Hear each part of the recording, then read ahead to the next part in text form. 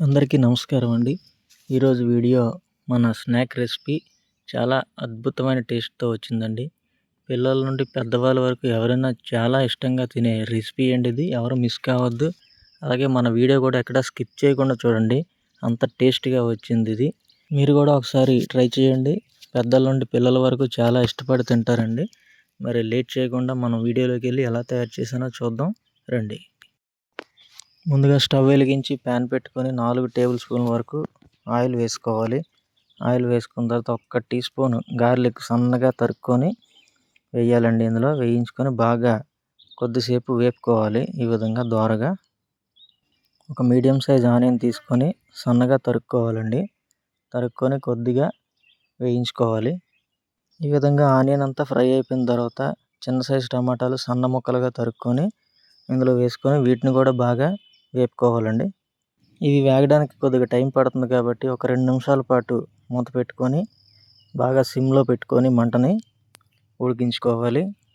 ఈ విధంగా బాగా ఫ్రై అయిపోయిన తర్వాత ఇంకొకసారి వీటిని కలుపుకోవాలి.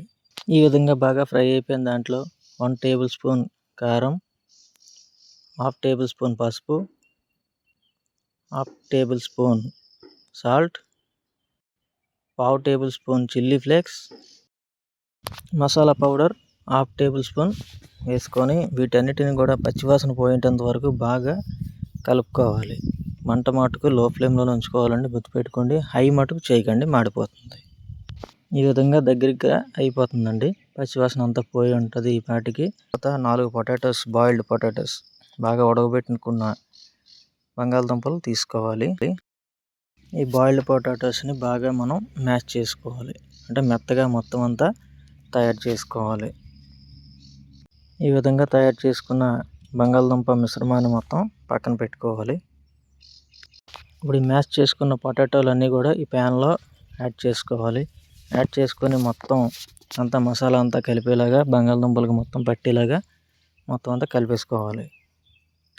ఇది మొత్తం బాగా కలిపేసుకున్న తర్వాత 1 కప్పు వరకు స్వీట్ కార్న్ యాడ్ చేసుకోవాలండి. ఈ మొత్తం స్వీట్ కార్న్ అంతా బంగాళదుంపలకి అన్నీ కలిపేలాగా ఇంకోసారి మొత్తం అంతా మనం కలిపేసుకొని ఎక్కువసేపు ఫ్రై చేయాల్సిన అవసరం లేదు. 1 నిమిషం పాటు మొత్తం కలిసేలా కలిపేసుకొని చేసుకోవాలి. కొద్దిగా కొత్తిమీర కూడా వేసుకోండి. వేసుకొని శుభ్రంగా కలిపేసుకోండి. మొత్తం అంతా ఈ విధంగా కలిపేలా మొత్తం కలిసేలా కలిపేసుకొని పక్కన పెట్టుకోవాలి. ముందుగానే చపాతీ పిండి కలిపి పెట్టుకున్నానండి నేను. దాన్ని ఒక రౌండ్ బాల్లా తయారు చేసుకొని పీట మీద పెట్టుకుంటున్నాను.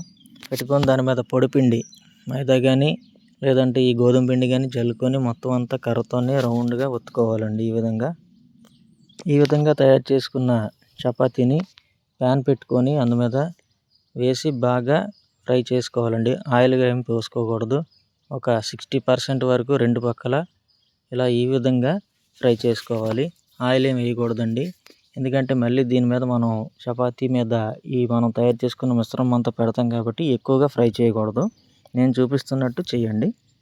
చపాతీ అనేది ఈ విధంగా కాలితే సరిపోతుందండి, ఎక్కువ కాల్చుకోకండి. దీన్ని తీసుకొని పక్కన పెట్టుకోండి. నెక్స్ట్ ప్రాసెస్ వచ్చి ఒక బౌల్ తీసుకొని పిజ్జా సాస్ 1 టీ స్పూన్ వేసుకోవాలండి. అలాగే మయోనీస్ ఉంటుంది కదా, అది కూడా 1 టీ స్పూన్ వేసుకొని బాగా ఈ రెండు మిక్స్ అయ్యేలాగా కలుపుకోండి.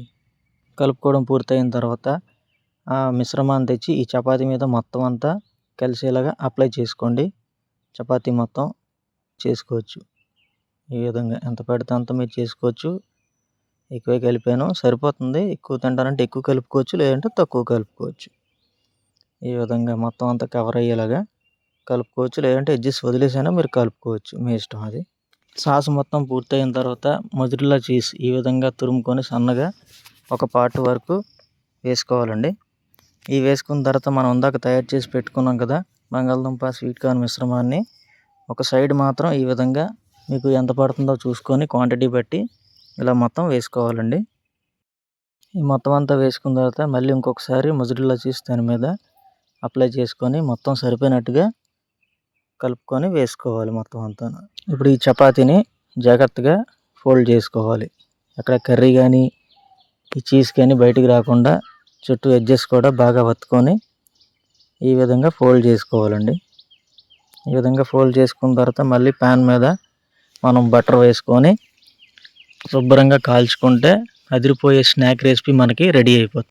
బటర్ అంతా అప్లై అయిపోయిన తర్వాత మనం ఫోల్డ్ చేసుకున్న చపాతీని ఈ విధంగా పెట్టుకోవాలి. అలాగే ఇంకొక బటర్ పీస్ కూడా తీసుకొని నేను పైన యాడ్ చేస్తున్నాను మొత్తం అంతా ఫ్లేవర్ కోసం. చాలా టేస్ట్‌గా వస్తుందండి. మీరు కూడా డెఫినెట్‌గా ట్రై చేసి చూడండి. అందరికీ నచ్చుతుంది నేను చేసిన రెసిపీ. ఒకవైపు అంతా బాగా కాలిపోయిన తర్వాత రెండో వైపు కూడా తిప్పి బాగా కాల్చుకోవాలి.